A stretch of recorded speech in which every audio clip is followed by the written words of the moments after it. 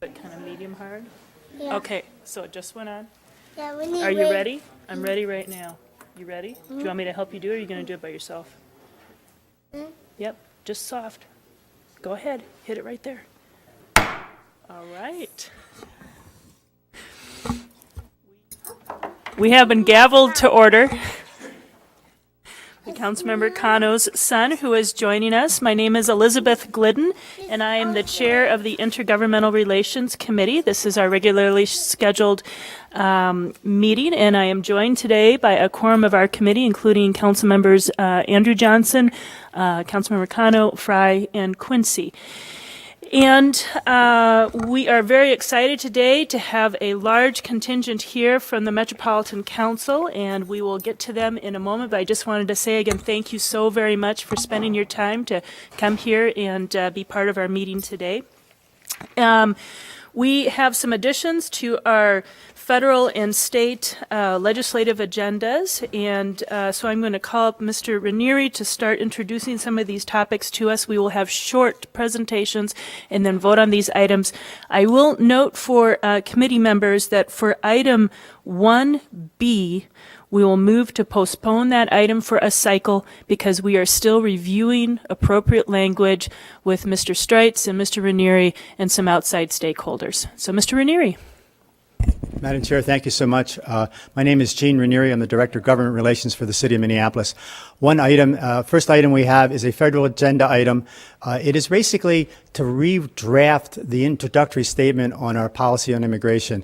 As you were aware, last year we adopted a policy. It was basically drafted by our Latino Engagement Committee, and here to discuss it briefly is a person who worked on it very closely, is Mr. Espinoza.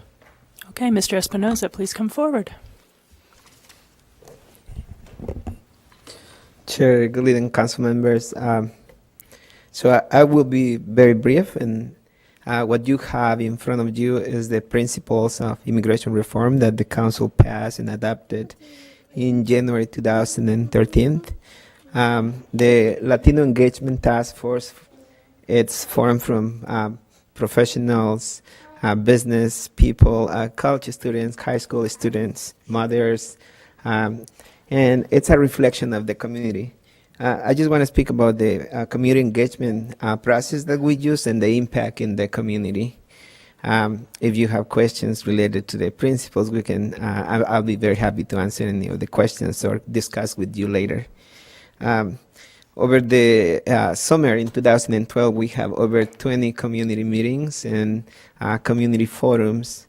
Thousands of people came to the meetings to help us to develop those principles, because this is one of the biggest issues that we face right now as immigrants, not just in the city, but in this country. The result is really a reflection of our community. And the impact, as I said before, this is one of those policies that really means hope for the community and faith that we have a city and municipal government that is working in behalf of all the residents. Over the last year, we have seen in many different ways and shapes how the community is participating with us, not just on immigration reform, but at the Capitol, working in support of the issues, driver license and the DREAM Act. So the partnership and the rebuilding relations process has been very, very important for us as a city. So this has been a very, very active year for us. So all I have to say is that this has been an incredible tool that we have today, so we can engage with every resident in the city, and we are building a very strong support, so hopefully for all our community and our resident members, this is the year for immigration reform. The principles is what we believe is the framework where we can include all people who are affected by immigration. We include the DREAM Act. We include agricultural workers, the protection of all workers, same-sex families, And we believe that we have one of the strongest principles across the country. Minnesota last year became the first city in the state that adopted principles on immigration reform. So we are very proud to have the principles in front of you. Okay. And thank you very much for that report. I have just maybe just a recommendation for staff is I'm looking at the RCA and I noticed that we have the amended language, but we don't have the original language. And we might just note that for the future is include the underlying policy so we have that in front of us. But we do have our federal agenda online in our intergovernmental relations webpage for the city, which includes the principles. This is really a reaffirmation of our very strong support for immigration reform and work that was led by a large group of stakeholders from the city to help us frame what would be those principles. And so thank you very much, Mr. Espinoza, for your work in helping to bring together that collaborative approach. This amendment here notes for us what is the extent of having a broken system, because it denotes how many deportations have happened since 2008, where 1.8 million people have been deported just since that time. And so that represents not just those people, of course, but their extended families, their families that are here, and so many other rippling effects. So I'm not seeing other questions from council members. I'm going to move approval of this amendment, and again, just say that this reflects our continuing strong support for achieving proper immigration reform right now. So I'll move approval. All in favor, please say aye. Aye. Opposed, and that item is approved. Thank you. I will also then move to postpone item 1B for one cycle. Any discussion? Seeing none, all in approval, please say aye. Aye. Opposed, and that item then is postponed. Next, we have some amendments to our state legislative agenda, and Mr. Ranieri. Madam Chair, thank you. The first item deals in the public safety section. What it does is add an amendment that we would support several different types of measures to really devalue stolen cell phones. Among those could be technological, that's a tough word, also some criminal penalties, and also educational activities, as well as some efforts to maybe registration for stolen phones. This morning, there was a hearing in the House of Representatives. Representative Atkins has a bill that would require a certain type of switch on new cell phones or new smartphones. It met with some real opposition, but the bill's moved on, and there seems to be some attempts that bill may be redone differently because of some of the concerns from the industry. Council President Johnson was there. She testified about the issue in our city. We have roughly, of all of the thefts in our city, around 40% of those are of cell phones, and it's citywide. It's all over our city. And we were also in presentation today were people from the University of Minnesota, from the industry, and from the city of St. Paul.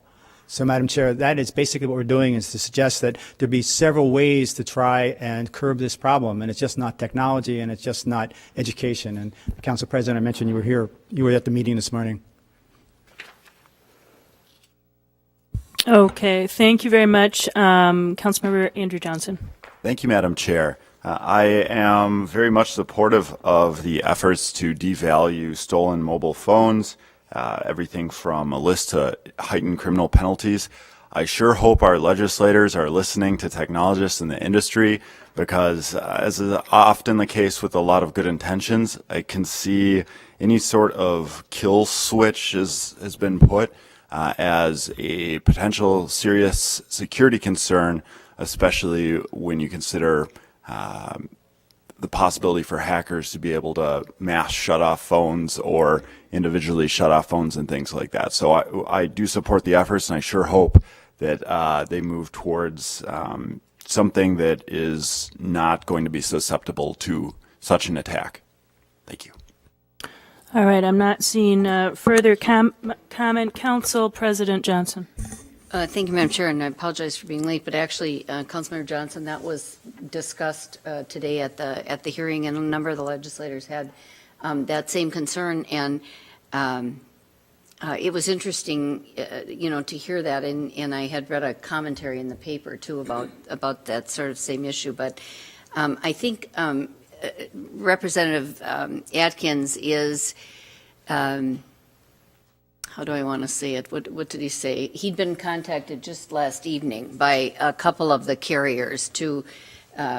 As part of his initiative, they're coming to him now, and they wouldn't talk to him before, and so he's using the bully pulpit, I think, a little bit in this effort, and I think he did a great job. And interestingly enough, one of the legislators used the argument about it's the manufacturers. It would be like telling the car makers to do something about car thefts, and I was sitting next to Deputy Chief Clark, and he said, as a matter of fact, the car manufacturers did do something about car thefts. And with technology, they've been able to prevent car thefts, and they're down about half. If people do steal cars, they steal cars that were built in the 90s before these technology improvements were put in place. So it's driving the industry. And I think he's been somewhat successful at that so far. So it's a very interesting hearing. All right, thank you. And I just wanted to double check here. We kind of, I think again on this one, we needed a preceding sentence to kind of help us understand the amendment, but I'm assuming this is in the support section or? Madam Chair, that is correct. Yes. Okay, thank you. So seeing no further questions, I will move approval of this amendment to the public safety section of our state legislative agenda. All in approval, please say aye. Aye. Opposed? That item is approved. Next, we have an item regarding e-cigarettes. Mr. Ranieri. Madam Chair, Ms. Lesh is at the Capitol, so I'm going to fill in. This is allowing, we do what do on page 12 of our legislative agenda. We would support an amendment that, again, would be supportive. Would include e-cigarettes in the Minnesota Clean Air Act, while preserving the ability of local governments to enact more restrictive ordinances. This is really adding to what we already have. This is basically addressing the issue of the e-cigarette. Okay, thank you very much. Is there any discussion on this item? And seeing none, I will move approval of this addition to our state legislative agenda. Discussion, seeing none, on approval, please say aye. Aye. Opposed? That item is approved. And you can say aye out there too, if you like. So, next. It's an extra. All right. Next, we have an item for our state legislative agenda regarding medicinal marijuana. Ms. Bergman. Madam Chair, members of the committee, my name is Sasha Bergman from the City IGR Department. The matter before you is an amendment to the state legislative agenda that would add support for legislation at the Capitol to legalize the medical use of marijuana for patients with a debilitating medical condition. Just to provide brief context, 20 states across the country have legalized medical marijuana, as well as the District of Columbia, due to the remedy that it provides for folks with debilitating medical condition. And currently the legislature, as you know, came back into session on Tuesday. There are a couple of bills that have been introduced on this issue. The conversation is still ongoing, but this would just provide general support for the concept. And with that, I'll stand for any questions. Thank you very much. I think we're going to have at least a couple of comments, if not questions. Councilmember Andrew Johnson. Great. Thank you, Madam Chair. And I would like to move forward that we support this particular legislative agenda item. You know, medical marijuana is a valuable tool for doctors within our city, throughout our state, to treat symptoms. And I know that personally because I have glaucoma, an extreme version of glaucoma, and I've actually been through 3 different eye surgeries now. And it's amazing going through that process because I was on every single drug possible that was legal to treat my pressure and keep it down before going into surgery. And the importance of that is it buys time and actually reduces lost vision, and it also leads to better outcomes for the surgery itself. And my doctor actually split her time between Minneapolis and Florida. And in Florida, she was able to prescribe medical marijuana to patients. And she told me flat out, this improves the outcome for our patients who are in a situation like yours. And so I didn't have that option, though, in this state. And I don't want to see any of our residents or anyone else in the state lose vision that can be avoided by having all those options, all those drugs available. And with all of our residents in this city and with all of the different hospitals, all the different doctors, it's important that we stand up and advocate for them. So I'm excited to see this is a potential part of our legislative agenda. And I'd also like to say thank you very much to my doctor, Dr. Elena Grajewski, who is one of the top glaucoma surgeons in the entire region and country and works out of the U of M and has even done glaucoma surgeries on newborns as recent as just 1 day old. So just she's incredible and an asset to our state, and I look forward to providing one more tool for her in the fight against just a terrible disease. Thank you. Okay. Thank you so much for that, Councilmember Johnson. And I know Councilmember Bender has joined our committee, and my understanding is she also would like to make some comment. Councilmember Bender. Thank you, Madam Chair. I don't serve on this committee, but I came here today to share my story as well and to urge support of adding support for medical marijuana to our state's legislative agenda. I'm a cancer survivor. And in the few years since my diagnosis with breast cancer, I've gotten to know hundreds of survivors here in Minnesota and across the country. And this is a big deal. My course of treatment was similar to a lot of cancer patients. And, you know, 1 in 2 men and 1 in 3 women will experience cancer in their lifetime. This touches a lot of people's lives. I had surgery followed by 6 months of chemotherapy, a month of daily radiation, and years of additional drugs to prevent recurrence. And this is a common course of treatment for cancer patients. And each of these treatments have side effects. They cause nausea and pain and difficulty sleeping. And the drugs that are available today are narcotic pain medication, anti-anxiety pills, sleeping pills. And I don't see any reason that policymakers should stand in the way of a medical doctor adding medical marijuana to that toolkit to address the side effects of cancer treatment drugs. And so I'd urge everyone today to support adding this to our legislative agenda, and I really hope that our legislature and our governor will support legalization of medical marijuana. I think it is the smart thing to do and the compassionate thing to do for many people who are suffering today. Thank you so much for joining us, Councilmember Bender. And my understanding is Senator Scott Dibble, who represents Minneapolis, is the chief author in the Senate. Is that correct? Maybe you can help me. That is correct. In the Senate, there are 5 authors, including Senator Dibble, who's the chief author. It's bipartisan. In the House, there's Representative Carly Moline from Hibbing is the chief author, and there are 35 authors, including her, on that bill, also bipartisan. And I think there's also at least one other bill that's out there, and there may be others, but those are the 2, they're companions of each other, and those are kind of the big topic of conversation at this point. Okay, thank you. Well, Councilmember Andrew Johnson has moved approval of this item, and I will ask if there is any further discussion. Seeing none, all in approval, please say aye. Aye. Aye. Opposed, and that item is approved. Thank you very much. Next, we have a presentation from the Met Council on their housing policy plan and fair housing and equity assessments. And my understanding is that we were going to first invite Met Council member Stephen Chavez, who is joining us to help introduce this item. I just want to say we're just very excited that you are joining us here. Councilmember Chavez represents District 15 for the Met Council, and we're just very honored to have you here, and we're excited to hear about the housing policy work happening at the Met Council. Madam Chair, council members, good afternoon. Okay. Well, before we lead into that then.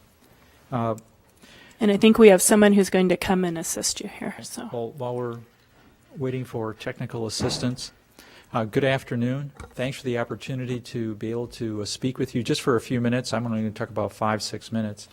We have a team approach to this 15-minute segment. The reason that I'm the person from the council members speaking is that I serve on the core team for the development of the Thrive MSP 2040 document, as well as I'm the co-chair for the Housing Policy Plan Working Group. So I work intimately with the speakers that are going to share the podium this afternoon. So the additional speakers will be Guy Peterson, who's the Division Director for Community Development, as well as Beth Reitz. And before I forget, one of the other things as far as in your work, as far as what I know of commitments, thank you personally for the personal sacrifices that you endure to do what you do for the city. The hours, also when those hours occur at a time of day when you wish you could be doing something else with your family or something else. So I just want to recognize that. Personal connection with this space, as far as one of the core themes about my work with Metropolitan Council is viewing systems, not just an isolated issue. I could speak probably 15 minutes on the things that have already been presented to you on your agenda so far. But historical, one of my great-grandmothers attended school on this site in the 1880s.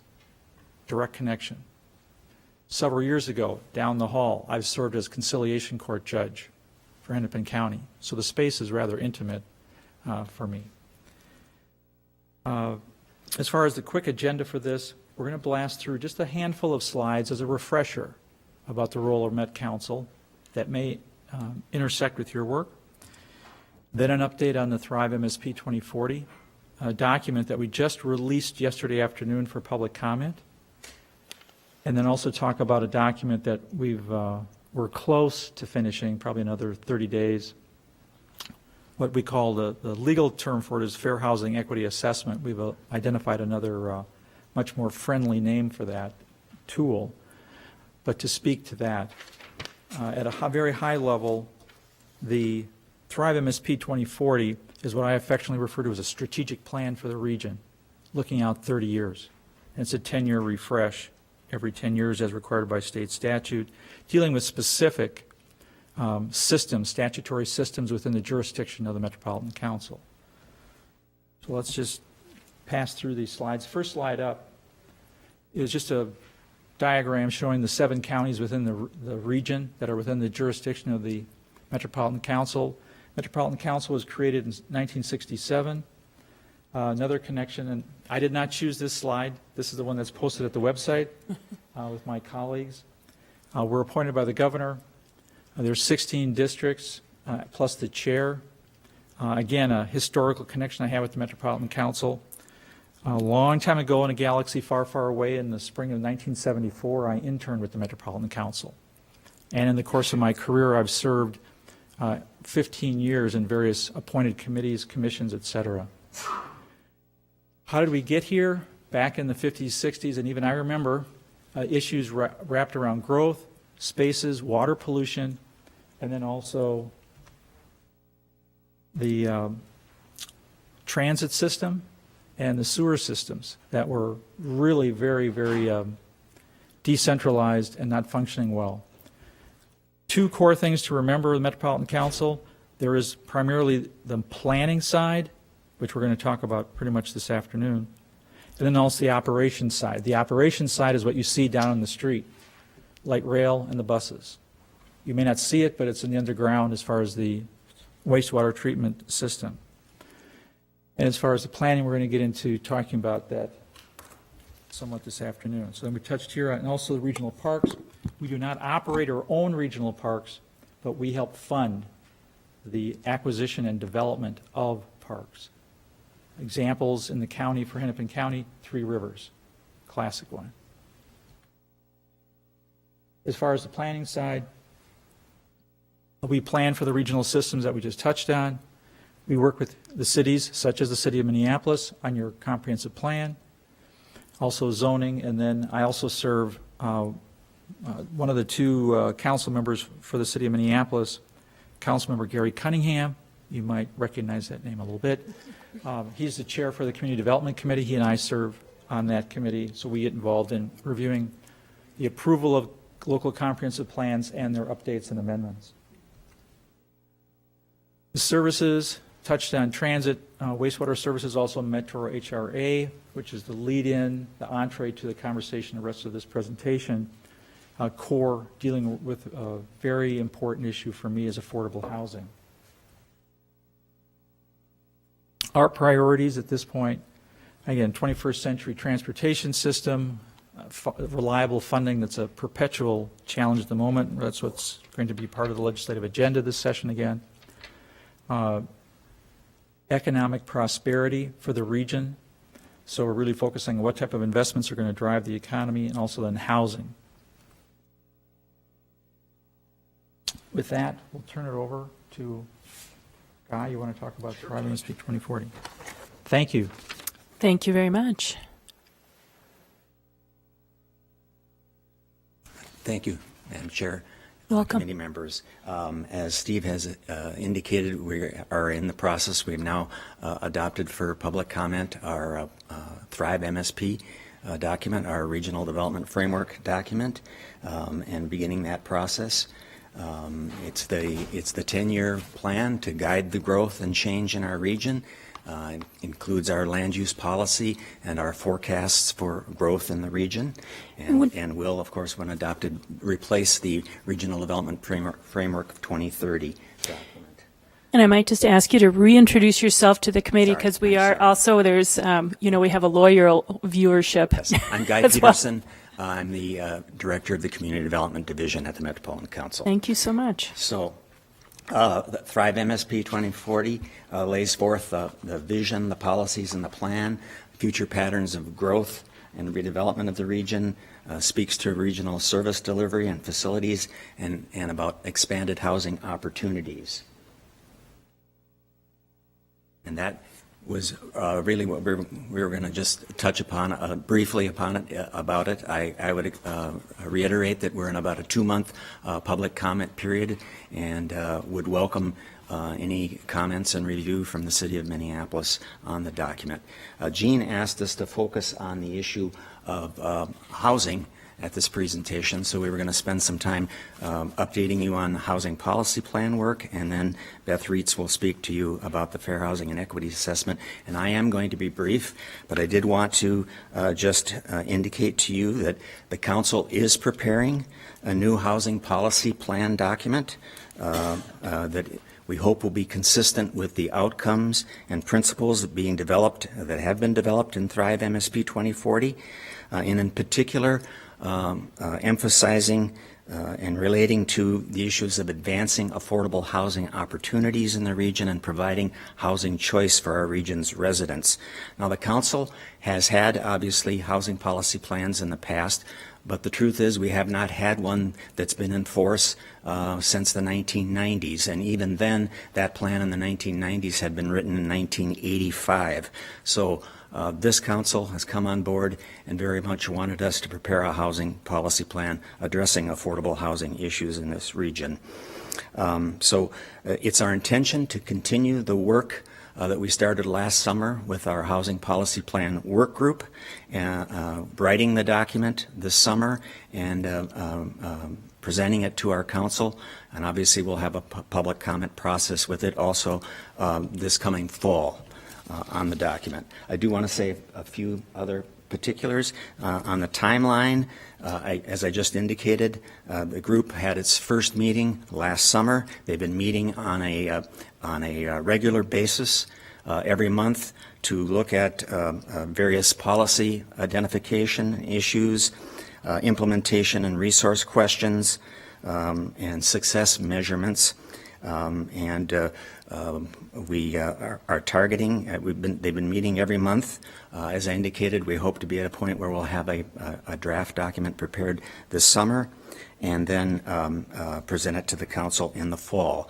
We also have put together, and they recently have just had their first meetings, 2 subgroups of this housing policy plan work group who are looking at 2 specific areas for us.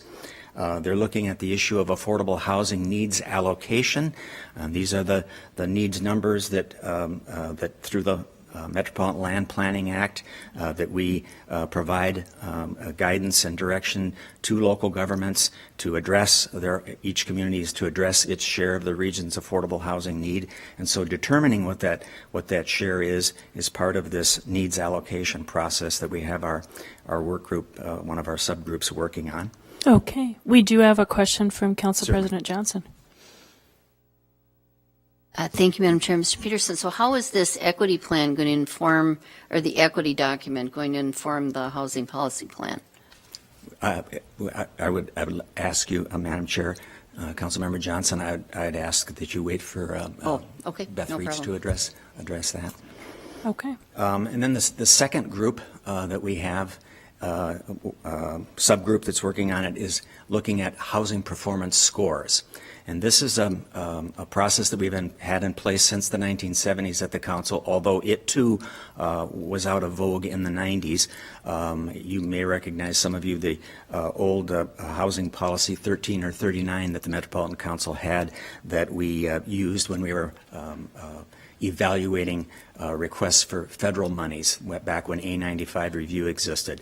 But we resurrected that process at the end of the 1990s, actually in 2000 and 2001.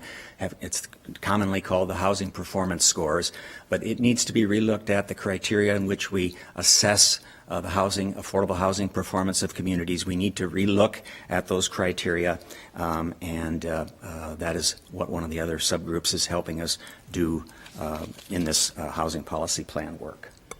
Councilmember Quincy. Thank you, Madam Chair. I had a quick question about the assessment itself. You had identified, is that a current assessment of need, or is it based on some projection of where we think the region may be going? Madam Chair, committee members, it's actually both. I mean, it is a look at based upon incomes. We do look at census data. But it is essentially a projection of the affordable housing need, our best guesstimate of what it will be in the next decade as communities prepare their affordable housing plans, or the housing element of their comprehensive plans. Thank you very much.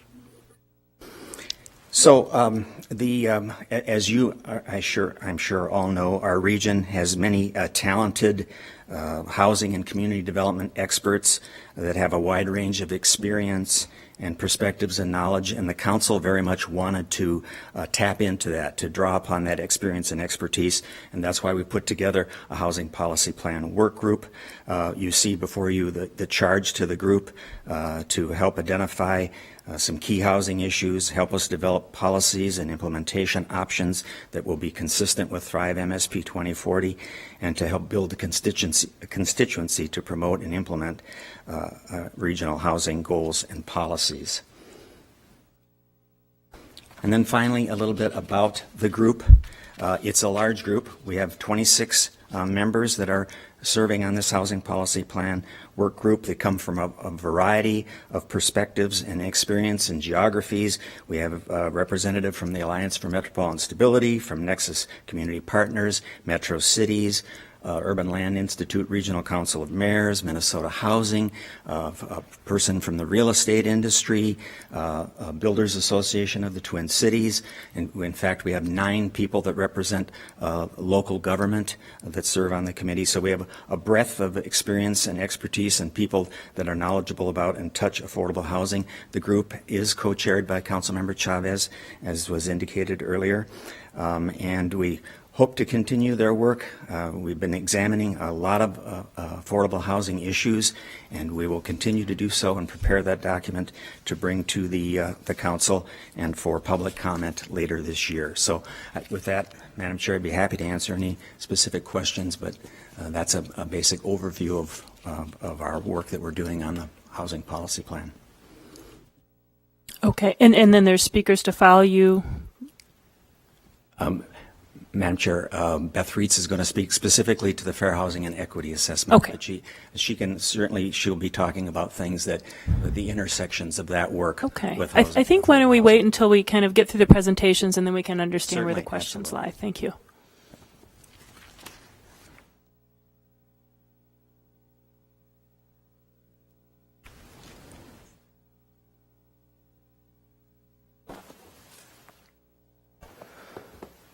Something to Jean, no?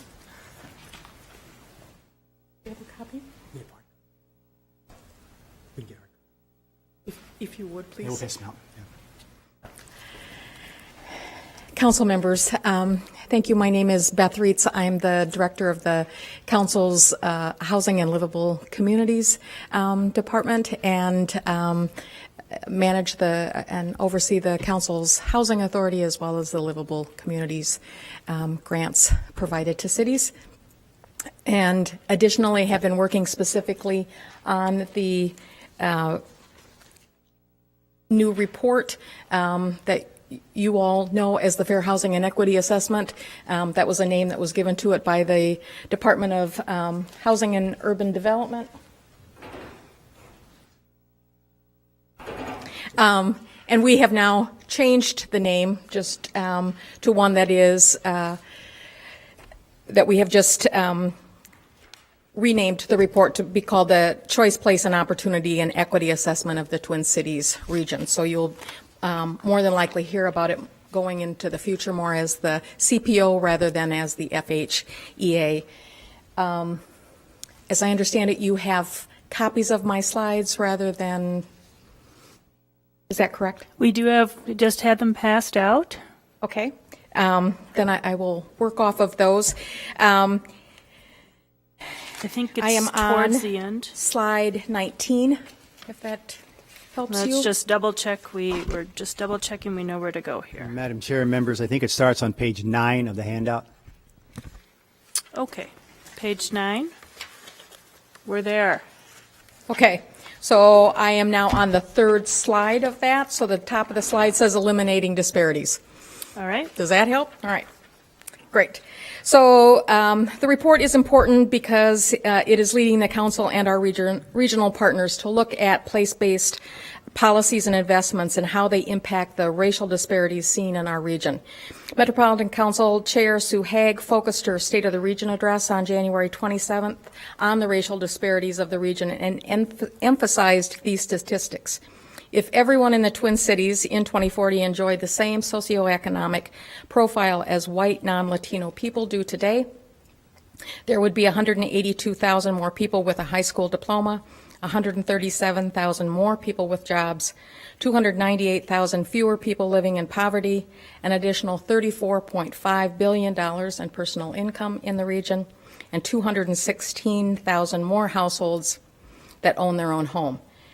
With her speech and with the information from the equity assessment, the Council hopes to raise awareness of the complex interdependencies of income, race, place, and opportunity, and to challenge both itself and others to think regionally and act equitably for a better region for all.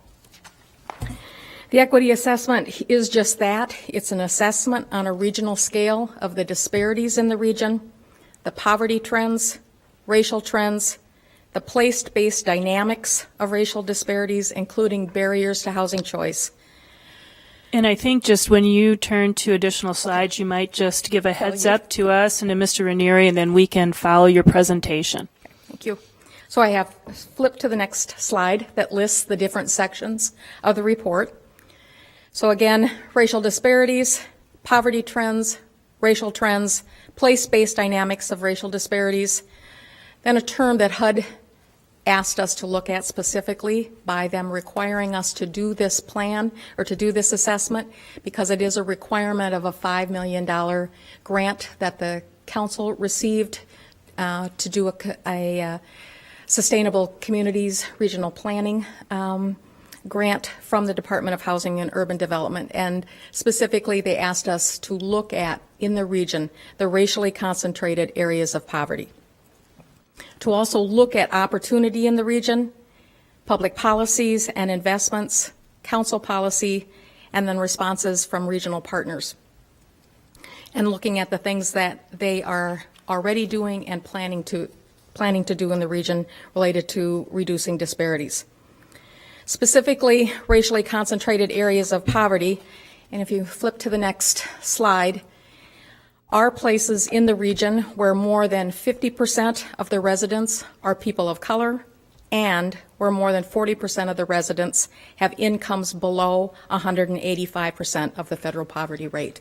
And just as a benchmark, 185% of the federal poverty rate is about $42,000 for a family of 4.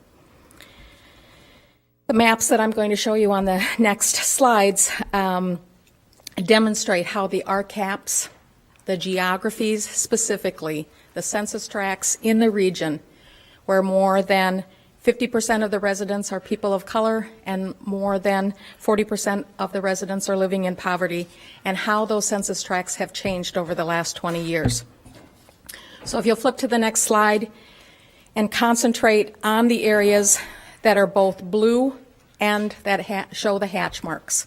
So the areas that are outlined in the dark blue, these are areas as they existed in 1990 in the region where more than 50% of the residents were people of color and more than 40% of the residents were living in poverty.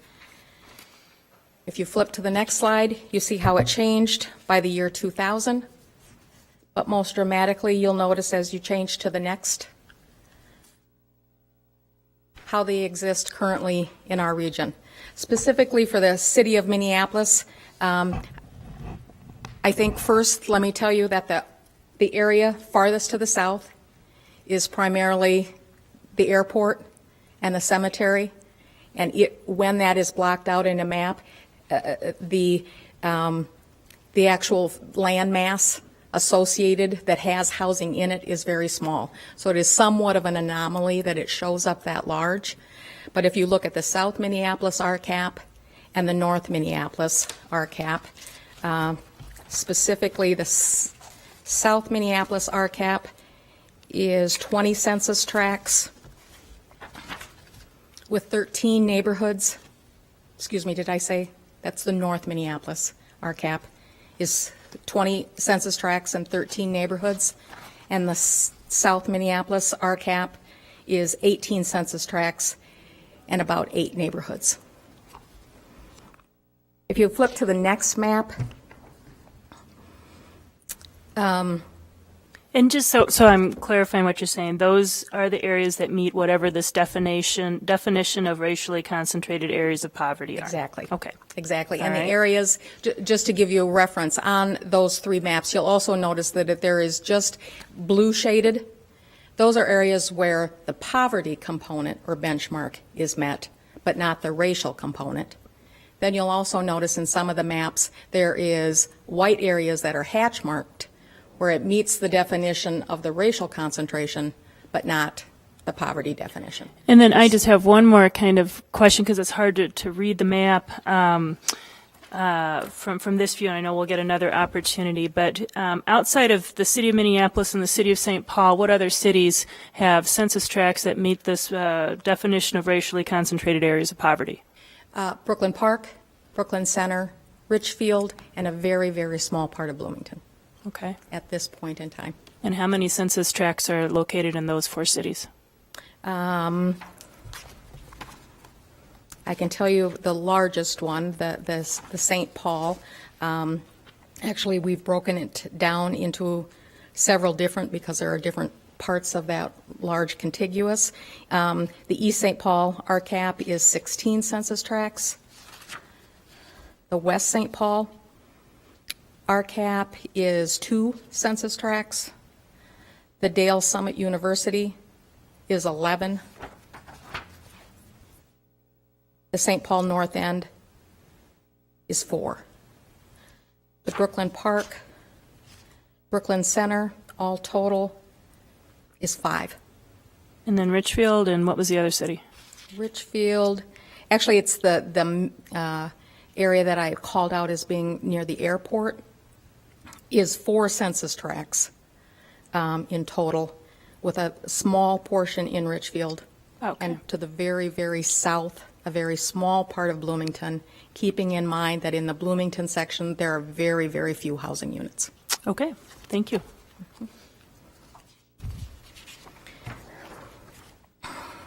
So then moving to the next slide, really the narrative of the equity assessment is looking at sort of the trajectory of the fact that discrimination and discriminatory practices limit choice. And we look at in the report and spend quite a bit of time in the report looking at the racial discrimination as it relates to specifically people's choice of where they live. We know that limited residential choice means people of color are more often exposed to these areas of concentrated poverty. They are disproportionately represented in our areas of poverty in the region. And lastly, part of the work was to also look at where we have opportunity in the region and how those measurements of opportunity impact where the RCAPs are located. So we looked and measured opportunity again from a place-based lens. So we were looking at proximity to jobs by transit or by personal vehicle. We were looking at proximity to services and amenities. We looked at crime. We looked at quality of schools based on achievement of third grade reading, eighth grade math, and high school graduation rates. And lastly, we looked at exposure to hazardous situations. What we find through the opportunity measurements is there is no place in our region that you would necessarily dub high opportunity, and no region that you would necessarily dub low opportunity, but rather we have high and low opportunity in all parts of the region with trade-offs in different parts of the region. There are parts of our region that have very good access to high numbers of jobs by way of transit connections. And we have areas that have very high-performing schools. Those two things don't necessarily show up in the same part of the region. So the report looks at the connections to opportunities and the choices that people have related to things that are most important to them. Let me give you an example. We did what's referred to as a cluster analysis, and do you have time for me to talk more about this part of it, or? I didn't actually put this map in because I didn't know how much time. Well, you've referenced it now, so okay. we're all So right. we did what was referred to as a cluster analysis. And by doing a cluster analysis, you put all of the information in about those 5 measurements that I just referred to. And then through the analysis, it clusters communities that have similar combinations of opportunity. It's not to say that everybody within a certain cluster or all the communities within a certain cluster are exactly alike, but they are more like themselves than they are communities that are in another cluster. We ended up with 3 different clusters. We have a green cluster, a yellow cluster, and a blue. We decided not to name them because of the potential difficulties that might come along with naming the clusters, so we just kept them as colors. But primarily, they move to a certain extent like a donut. The green cluster is in the core of the region. The yellow cluster is more in first-ring suburbs, and the blue cluster is the outlying suburbs. What we found through the cluster analysis is in the core of the region, we have very high opportunity, very high proximity to jobs, very high proximity to services. We have lower performing schools, higher exposure to crime, and environmental hazards. So high opportunity jobs, but lower opportunity related to, for instance, school performance. In the blue cluster, farther out into the region, low proximity, low opportunity related to job access and services, but higher performing schools. So trade-offs, with the yellow cluster being in the middle part of the region, being sort of moderate related to all 5 of the measurements. And now I'm going to move to the very last slide, which is the arrow, which is really just to say that the overall narrative of the report is that discriminatory practices that cause barriers to housing choice limit access to certain opportunities. When people can't live where they want to live because of discriminatory practices, it limits their opportunities, and that people of color are disproportionately exposed to areas of concentrated poverty because of race-specific barriers that limit their housing choices. These barriers limit the residential choices, and to the extent that people of color and low-income people cannot live in communities of their choice, they cannot access the specific types of opportunities those communities offer, and where one lives matters. And because one's place of residence determines their position within the regional landscape of opportunity, what we have found is that residents who are predominantly low income will reflect the people-based disparities in our region related to income, employment, education, and home ownership. I'll be happy to answer any questions that you have. Okay, and we may want to, I don't know if Council President Johnson, you want to re-ask your question, but let me just clarify. So is this equity assessment complete? I just want to make sure I'm understanding the status of the work. Within the next 30 days, it will be complete and will be sent to HUD. It is a requirement that it is a grant deliverable. So it is being sent to HUD by the end of this month. Excuse me, next month. Okay. March. Council President Johnson, would you like to? Thank you, Madam Chair. I very carefully read this report, I have to tell you, and actually I talked to Chair Haig about it. One of the I represent one of several big portion of the census tracts, and I think the race. There's no question that race limits residential choices for folks, but also the economics of a community limit people's choices as well. I mean, people go where the units are available that they can afford to live in, be it home ownership or be it rental, and that concentrates this further. The other thing that I think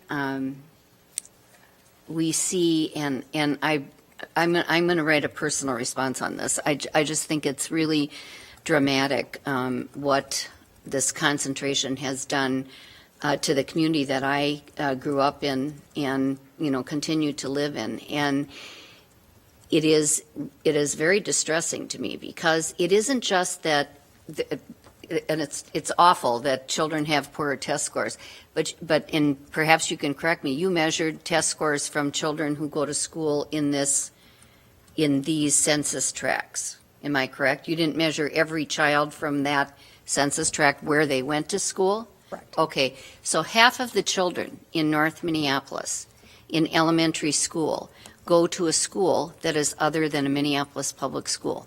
They have, opted out to some of the suburban schools. They have gone to charter schools, so they aren't even measured in this. I saw an astonishing statistic in the Star Tribune, an article about the high school situation, and it said in the northern 1/3 of the city of Minneapolis, 70% of the high school students in the northern tier of the city of Minneapolis do not attend a Minneapolis public school. So they're not counted either. And the impact that this has, I was called perhaps 3 weeks ago to a meeting at North Memorial Hospital, the largest employer in North Minneapolis, which is extremely, extremely challenged in serving the neighborhood that they serve as part of their bigger system. This facility loses money every year, and other hospitals that serve more affluent areas do not. And so this economic engine of a hospital that provides jobs to the community is extremely challenged to provide the service that they do because of their geographic adjacency to these communities. So I think it is stunning to see some of the outcomes that this kind of concentration of poverty produces. And in North Minneapolis in particular, we have really good, and your report reflects this, that we have adjacency to downtown, which is a huge job center. And we have opportunities because of that adjacency. And We have really good transportation to downtown, several rapid bus routes that, the most heavily used bus routes in the system go through North Minneapolis. That hasn't done anything, it seems to me, to affect those outcomes. And it is something that we are going to have to deal with as a community to understand exactly the depth of what is going on in these neighborhoods because of this concentration of poverty. And, I came from being a mental health nurse. And, if everybody is depressed, it's why they took people out of the mental hospitals, because it becomes a sick society. And if if a community has 90% of the people on probation and parole in a county live in the same place, if 80% of the sex offenders that are out of the correctional system come to live in the same community, no one is going to buy a house there. And no one who has the resources to be someplace else will choose to be there. And it's just, it compounds itself, and it's a spiral, and the spiral is going the wrong way. And I just think we have to be really realistic. And my fear is that for people who don't live there and don't see this, they don't understand the depth of what is going on with this concentration. And so I'm going to be a bell ringer about this, because it is extremely damaging to a community that I grew up in. That was a very successful community, and people lived in North Minneapolis. It was built as a bedroom community for downtown and for the riverfront, and it has really changed dramatically. And I think people are scared, and I think some of the policies that we have in place to support economic development don't allow us to encourage people to middle class, middle income people to live there. All of the federal housing dollars that helped with the foreclosure rehabilitations, and there were hundreds of them that CPED did. Thank you very much, that we did a great job. Spent, I think, $23 or $25 million of federal dollars to rehab homes. If you make too much money, you can't buy one of those houses. So there is nothing in any of the federal programs that encourage people to stay or to locate in that community, if they're professionals, and it's a spiral that's going the wrong way. So I'm going to be submitting my own remarks. I'm sure we will do ours as a city, but I think it's important for people to recognize just exactly how dramatic this problem is. Thank you. Councilmember Frye. Thank you, Vice President Glidden. I'd like to echo some of the concerns that President Johnson just raised. This is definitely the number one most important issue to me, which is the segregation of our entire city. While we are diverse, we are so segregated. We've got, and I'm stereotyping here, we've got the vast majority of the Somali population in Cedar Riverside, the Latino population in Southeast. We've got a black population in North Minneapolis, Polish in Northeast, and the segregation is it's insane. And when we go and say, yes, we're going to have some affordable, but we're going to take all of that affordable, 50% median income, whatever it is, and we're going to throw it all in North Minneapolis.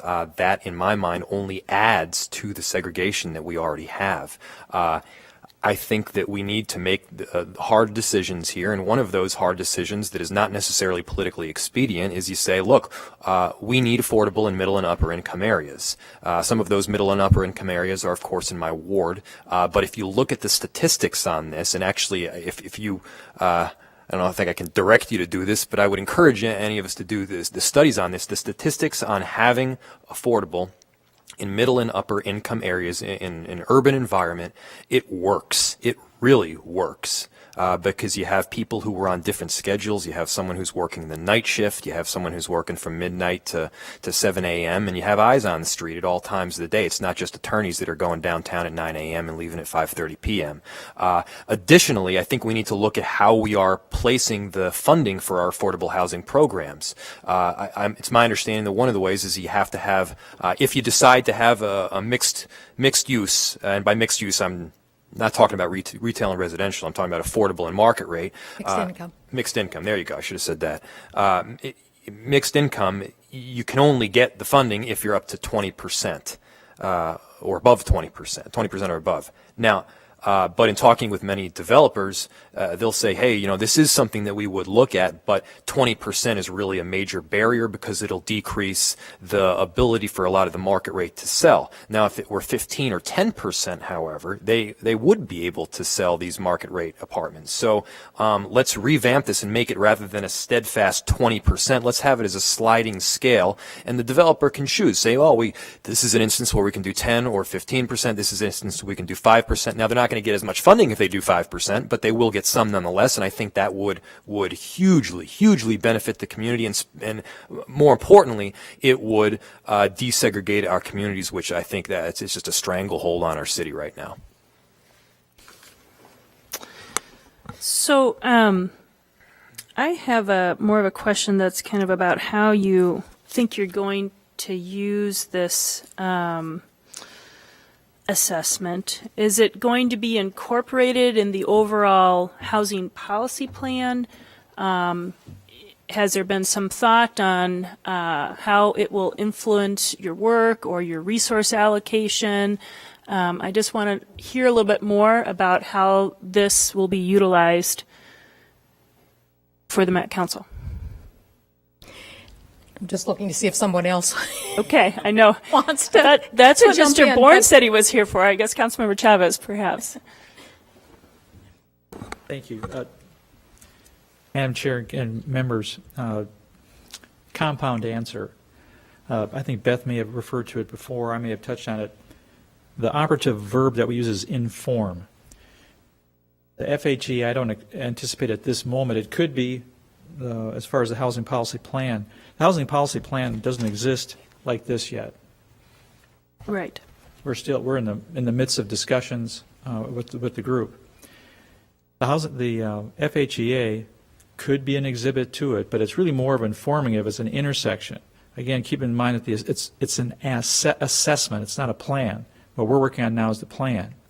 So to take the findings from that assessment, and then it's in a function of discussion, a series of discussions monthly with the Housing Policy Plan Working Group, focusing on various concepts, possible solutions, etc. For example, one you were referring to, we could go into a very boring, detailed analysis for about an hour and a half about the challenge of a mixed income opportunity, the challenge that's presented to developers on that. We just spent the last meeting, a couple meetings ago, talking about that. So trying to give you a short answer, the FHEA, the assessment, will inform the plan, the housing policy plan. I don't have anything I can show you right now for that because it just doesn't exist yet. Okay, and I have just one follow-up to that, and Council President Johnson is waiting for comments as well, but just knowing this is being used to inform, is there a plan in place for how regularly this work will be updated? And then again, that kind of goes back also to the housing policy plan, which, as you mentioned, has not been updated for quite some time. Is there a plan by the Met Council to adopt a schedule for more regularly updating that as well? Okay, I think I heard two questions in there. As far as the FHEA, Beth, correct me if I'm wrong, but I think that we're proposing, as far as next steps or future actions with the FHEA, that there will be a cycle for updating it. I forget, we were proposing 4 years, 5? Every 5 years. Because you needed data to be updated. That's the primary thing. As far as the housing policy plan, if you recall that one of the opening slides when I introduced this presentation, statutorily the Met Council does not have legal authority to impose anything with regard to housing generally. It's not a system. It's not a statutory system. yes, we are involved in affordable housing. The housing policy plan is more than affordable housing. Affordable housing is a core of the housing policy plan. So, at this point, there are a lot of different reasons that I'm not going to dig into real deep right at the moment, why there was a long gap between the mid-1980s housing policy plan and the present. But if you consider my voice here and Chair Haig coming from Habitat for Humanity, you might be able to put a couple of dots together to figure it out. So we can't predict because it's not a statutory system, we cannot control or predict if and when it'll ever be updated.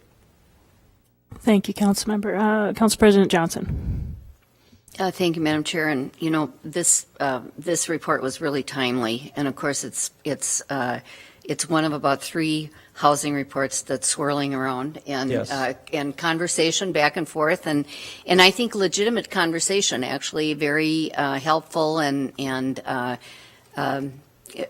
really smart people talking about exactly what I'm describing. And yesterday I was watching TV and Bloomberg, and there's actually a national report called A Tale of 2,000 Cities, and it's really, I've just begun to read it, but it talks about the aftermath of the recession and the housing crisis across the country, and how communities are recovering.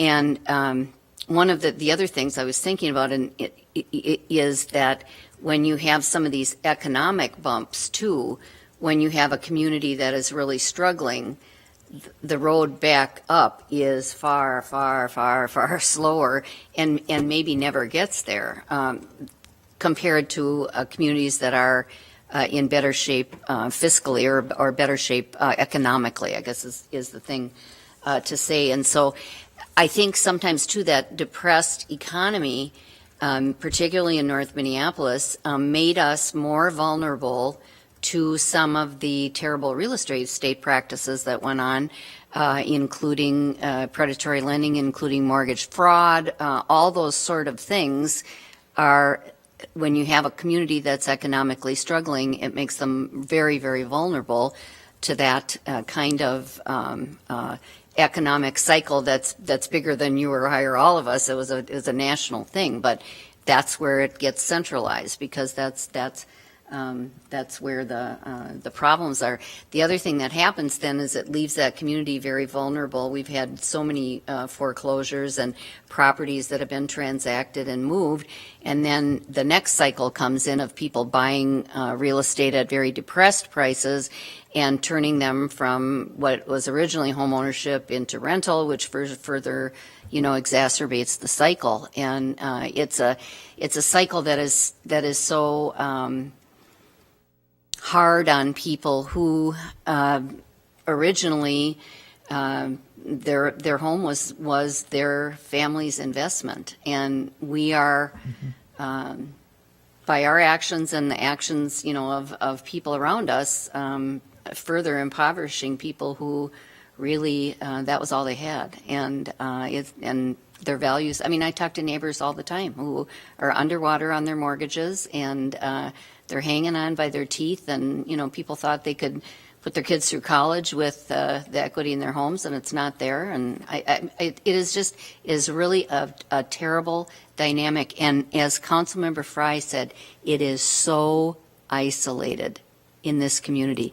It is a shame. And we're responsible in Minneapolis for these demographics. So I'm embarrassed for us.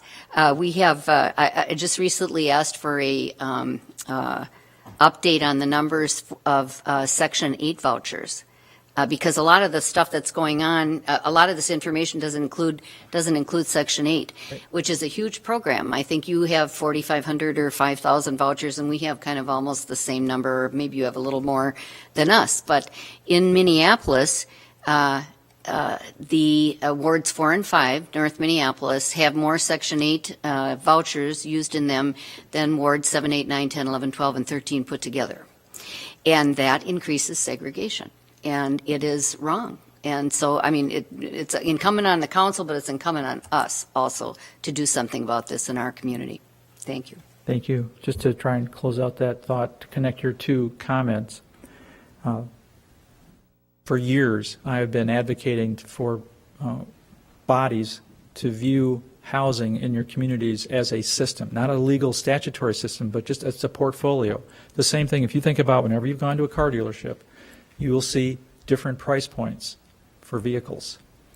That is vital to a community to have someone to move into Minneapolis and say, I like it here, I want to advance, I want to change my housing based on my income, I can stay here. It's very important for that. That's why we view that as a system. So that's my mantra at this point. Anything further? Well, I am not seeing further questions from committee members, and I just, again, really want to thank you for making time. Mr. Bourne, Councilmember Chavez, all of the team that has worked to bring us the presentation today, and as you can see, it spurred a lot of questions and comments and dialogue for us as well. So I'm going to move to receive and file the reports before us, and so I've made that motion. All in favor, please say aye. Aye. Opposed? And that has happened. And with that, I believe we have concluded with our business, and we are adjourned. Thank you very much. Thank you very much.